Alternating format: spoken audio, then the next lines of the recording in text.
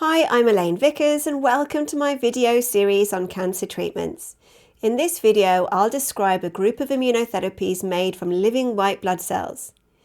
Now, if we were to line up all the different types of white blood cell in the human body and vote on which type of cell we thought was most likely to kill a cancer cell, the T cells would win. So it's no surprise that these are the cells used in most cell-based immunotherapies.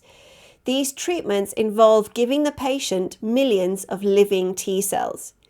There are two main types of T cell-based immunotherapy: tumour-infiltrating lymphocyte therapy, or TILs, and chimeric antigen receptor T cell therapy, or CAR T cell therapy. There are some newer therapies being developed, such as NK cell-based treatments and TCR T cell therapy, but in this video I'll focus on TILs and CAR T cells. These therapies go by a few other names too.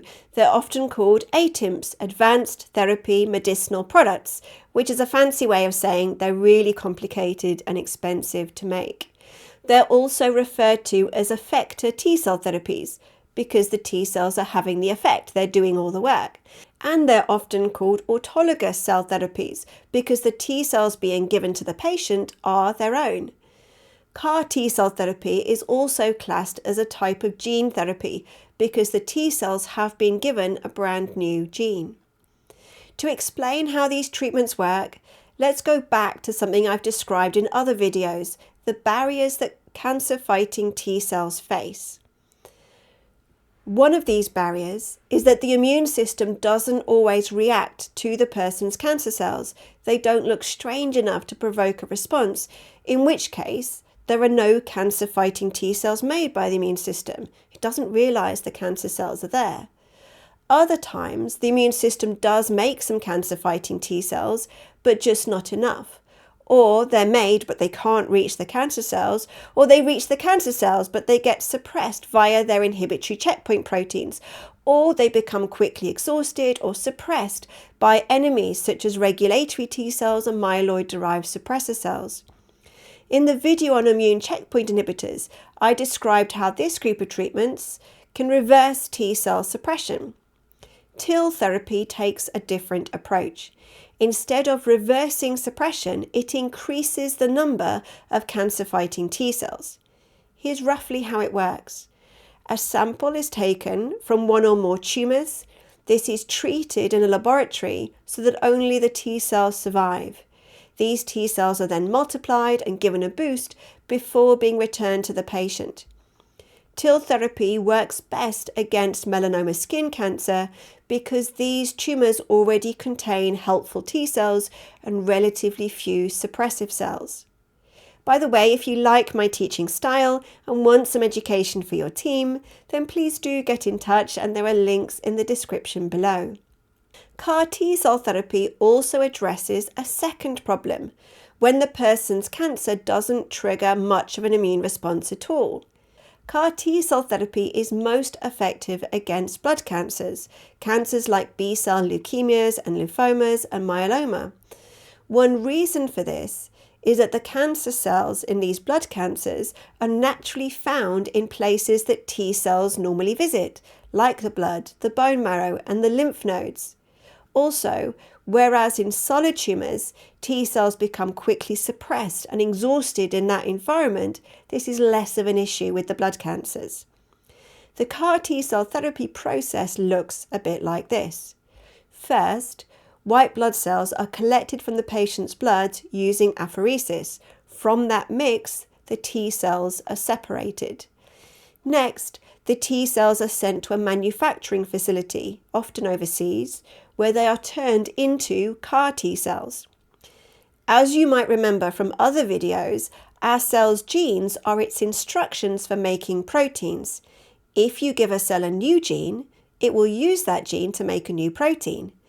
In CAR T cell therapy, the new gene is delivered to the T cells by a modified virus, one that can't cause infection or illness, but can insert a new gene into the T cell's DNA. And that gene tells the cell to make lots and lots of CAR proteins. Once modified and covered in CAR proteins, the CAR T cells are given the right conditions to multiply. Then they're frozen, packed up, and returned to the patient. Back in the patient's body, CAR T cells use their new CAR protein to find and attach to cancer cells, and that attachment signals them to kill the cancer cells. But the CAR T cells given to the patient aren't enough to destroy all their cancer cells. The CAR T cells need to multiply and survive in the body, and ideally, they also draw in unmodified T cells to join the fight. Now you might be wondering, what exactly is a CAR protein? CAR stands for chimeric antigen receptor, and it looks something like this. Part of it sticks outside the T cell and recognizes a target on the surface of a cancer cell. That target recognizing bit comes from the tip of an antibody.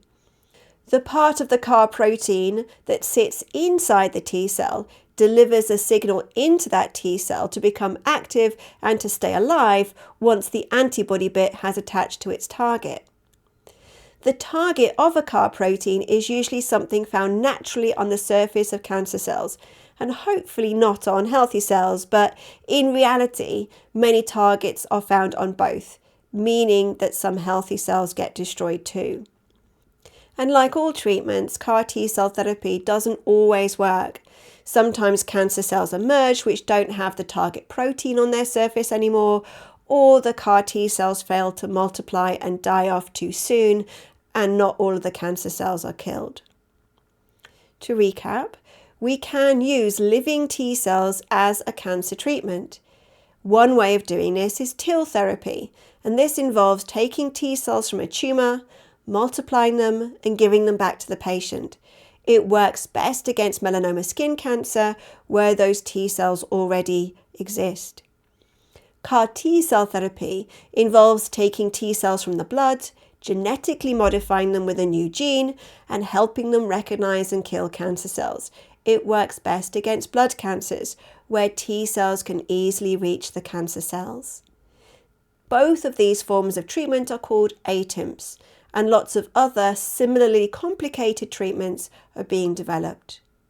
Don't forget, if you like my teaching style and you want some education for your team, find me on LinkedIn or contact me through my website. There are links in the description below.